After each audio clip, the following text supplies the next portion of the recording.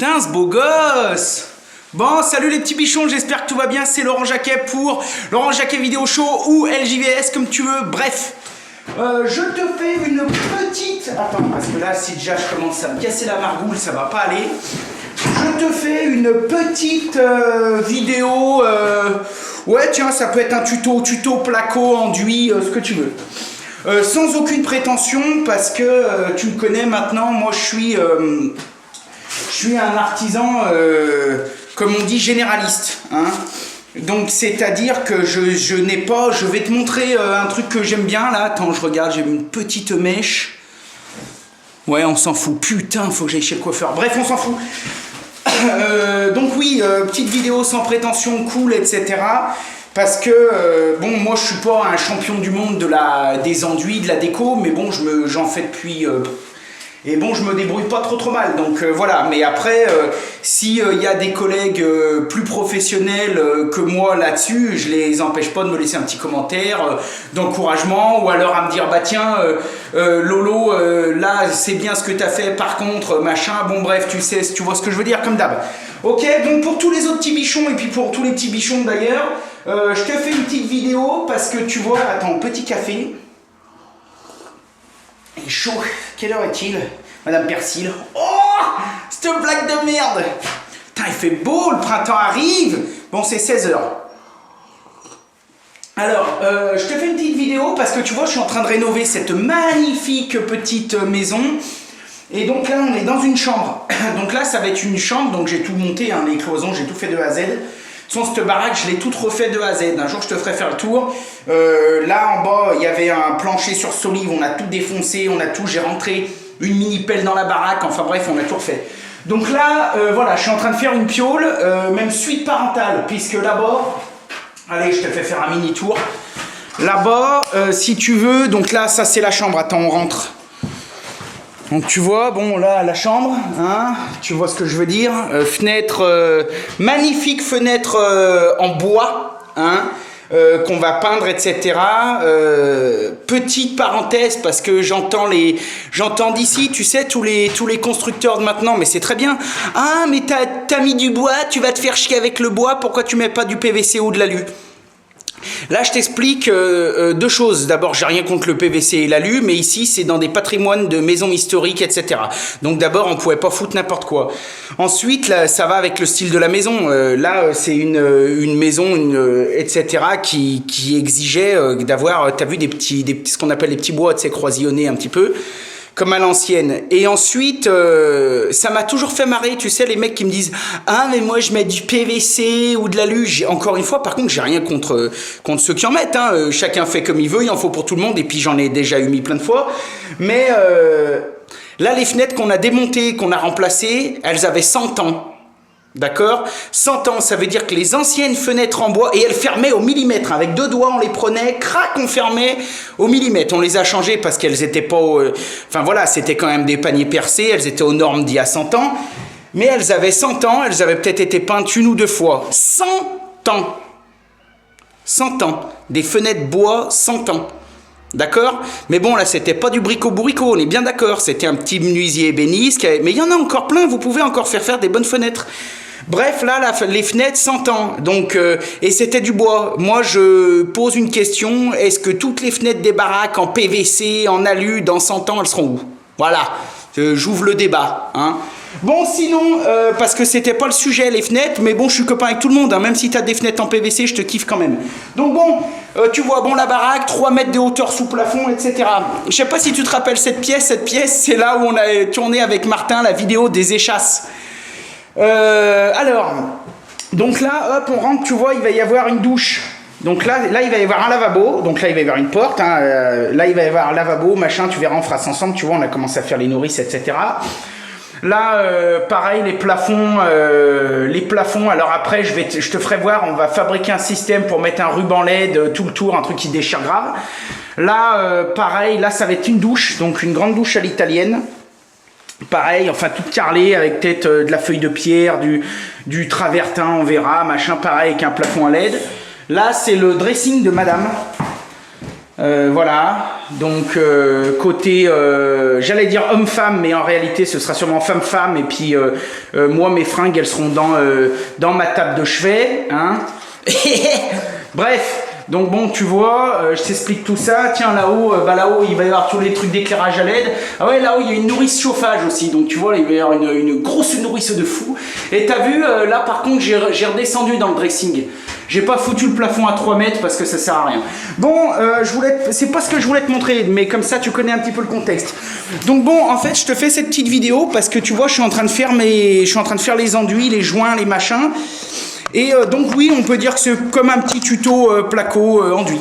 Donc tu vois, là j'ai déjà fait 2 couches, 2 passes et un petit coup de ponçage. Alors je t'explique comment je fais moi. Il y en a qui font 1 passe, 2 passes, ils poncent. Ils mettent un coup de peinture, ils se cassent. Il y en a qui font 1 passe, 2 passes et après ils font une 3e qu'on appelle la finish. C'est très bien. Il y a un petit peu les plâtriers peintres, les plaquistes, les enduiseurs ont leur technique. Moi je fais pas comme ça, je vais te montrer comment je fais. Je fais généralement 99 fois sur 100, je fais 2 passes. Bien chargé, etc. Tu vois, bien joli. S'il faut élargir, j'élargis, etc. Encore une fois, je te montre ma technique. Hein. Je te dis pas que j'ai la science infuse et que c'est comme ça que c'est. Voilà, tu vois ce que je veux dire. Je te montre comment je fais et pour avoir un résultat bien. Donc, je fais 2 passes. Donc, tu vois, là, c'est déjà super méga propre. Hein. 2 passes comme ça, je mets un petit coup de ponçage, donc là c'est ce que j'ai fait, j'ai mis un petit coup de girafe, j'ai mis un petit coup de ponçage, ça c'est facultatif, ça dépend. Bon là j'ai mis un petit coup de ponçage quand même, et après je vais faire ce que j'appelle une 3e passe, donc une finish. Par contre moi ma finish je la ratisse d'office, c'est-à-dire qu'il y en a par exemple, je sais que j'ai des collègues enduiseurs, plaquistes, etc.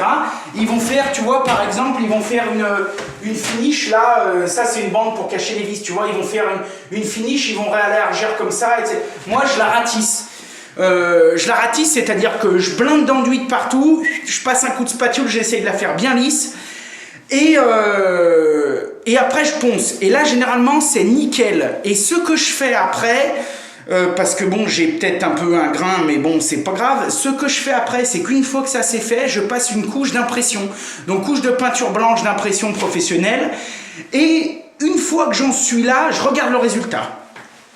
Si le résultat après donc je te résume les passes que je fais, donc donc bande, je colle la bande, ensuite je fais la passe de charge.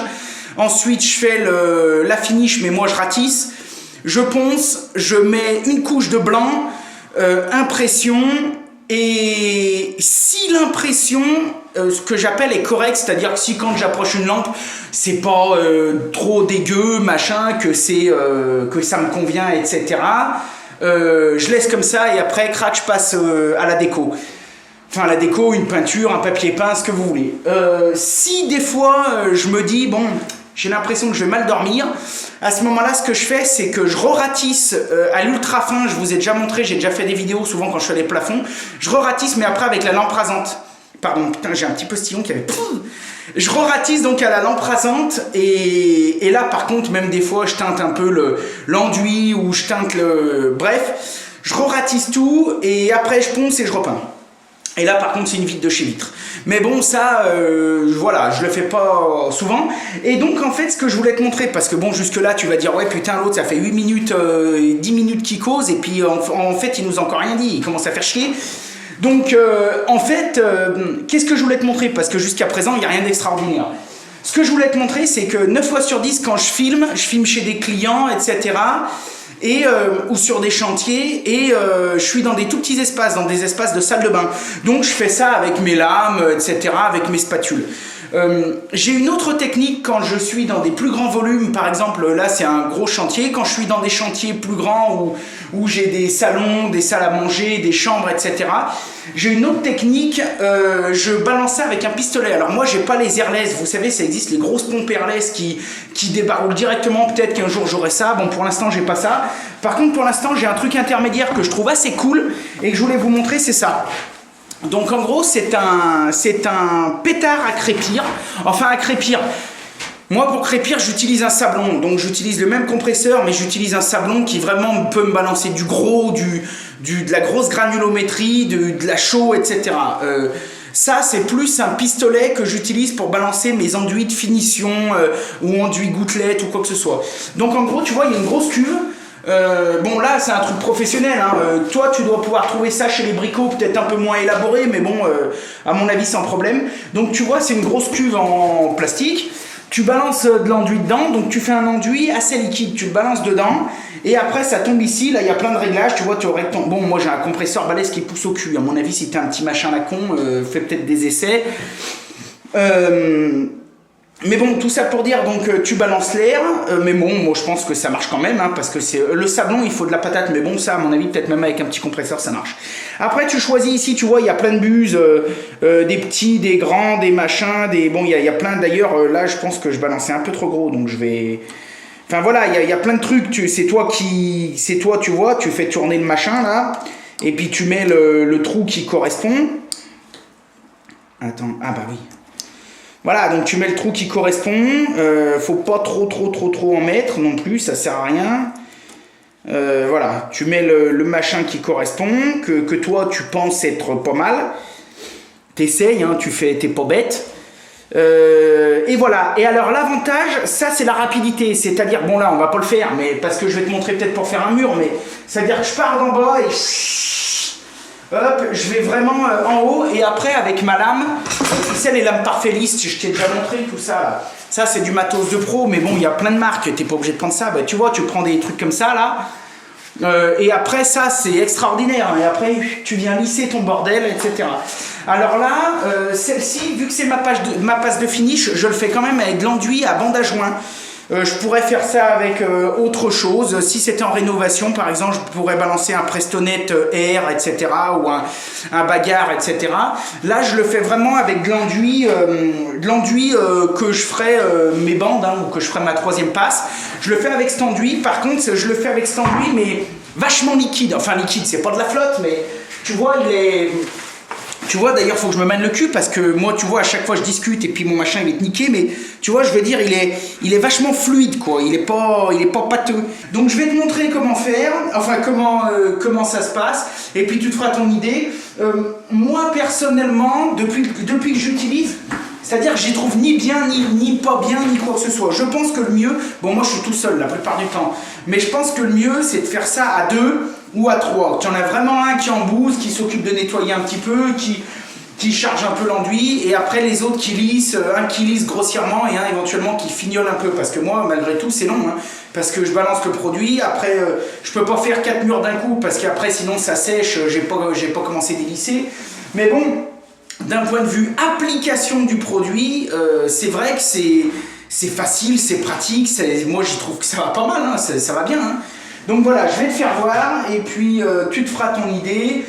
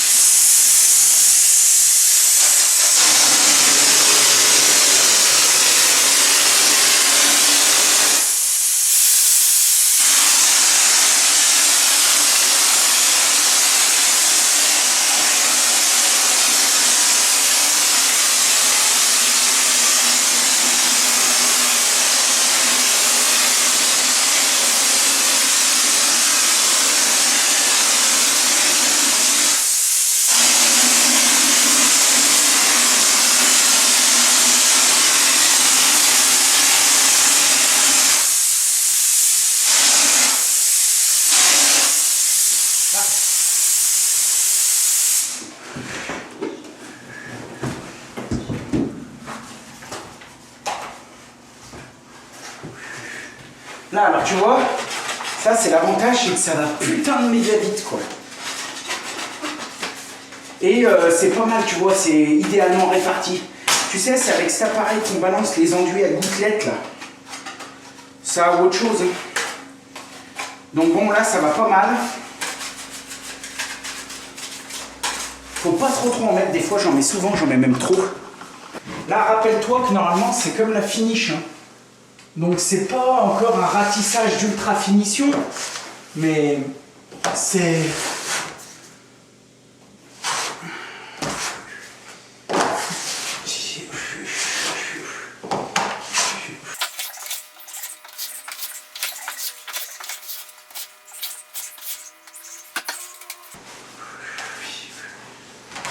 L'avantage aussi, c'est que là, ça sèche super vite. C'est des couches qui sont très fines. Mais putain, je te dis que c'est efficace. Tu vois l'énorme avantage, là, imagine, je suis tout seul, mais imagine si on était deux ou trois.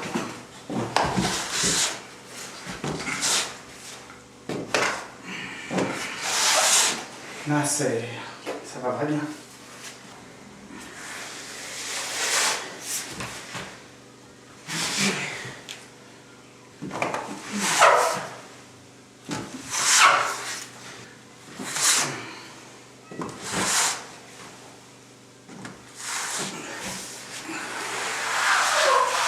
Là, bon allez, puis après je mettrai un petit coup de papier. Donc bon voilà, c'est ce que je voulais te montrer. Tu vois, donc là je sais pas si tu vois bien le mur. Donc là tu vois, en quelques minutes, hein, ça a été très vite, je pense que tu as vu. Quelques minutes, là le mur il est... Et puis je te garantis que je sais pas si on voit bien à la caméra, mais c'est une vitre. Hein. Bon, il y a peut-être après, je te dis, un ou deux légers coups à mettre un petit peu avec une cale. Mais là, le mur, il est nickel. Voilà. Bon, bah écoute, c'est ce que je voulais te montrer. Moi, je vais continuer mon petit machin, là. Et puis, bah, je te souhaite une super bonne journée. Tu peux cliquer, tu t'abonnes, tu fais comme tu veux, tu partages, etc. Allez, je te fais plein de bises. Et puis, bah, t'inquiète pas, le machin, je t'en reparlerai à l'occasion. Et puis, bah, tiens, je te ferai peut-être une vidéo si je ratisse à la lampe. Je te ferai peut-être une petite vidéo pour balancer de l'enduit super fin, là. Je te ferai voir les enduits bagarres, là. Tu verras ça aussi, ça, c'est du super bon matos. Bon, je te remercie pour tout. Tu cliques, tu t'abonnes et je te souhaite une super bonne journée. Allez, à bientôt mes petits bichons, bye.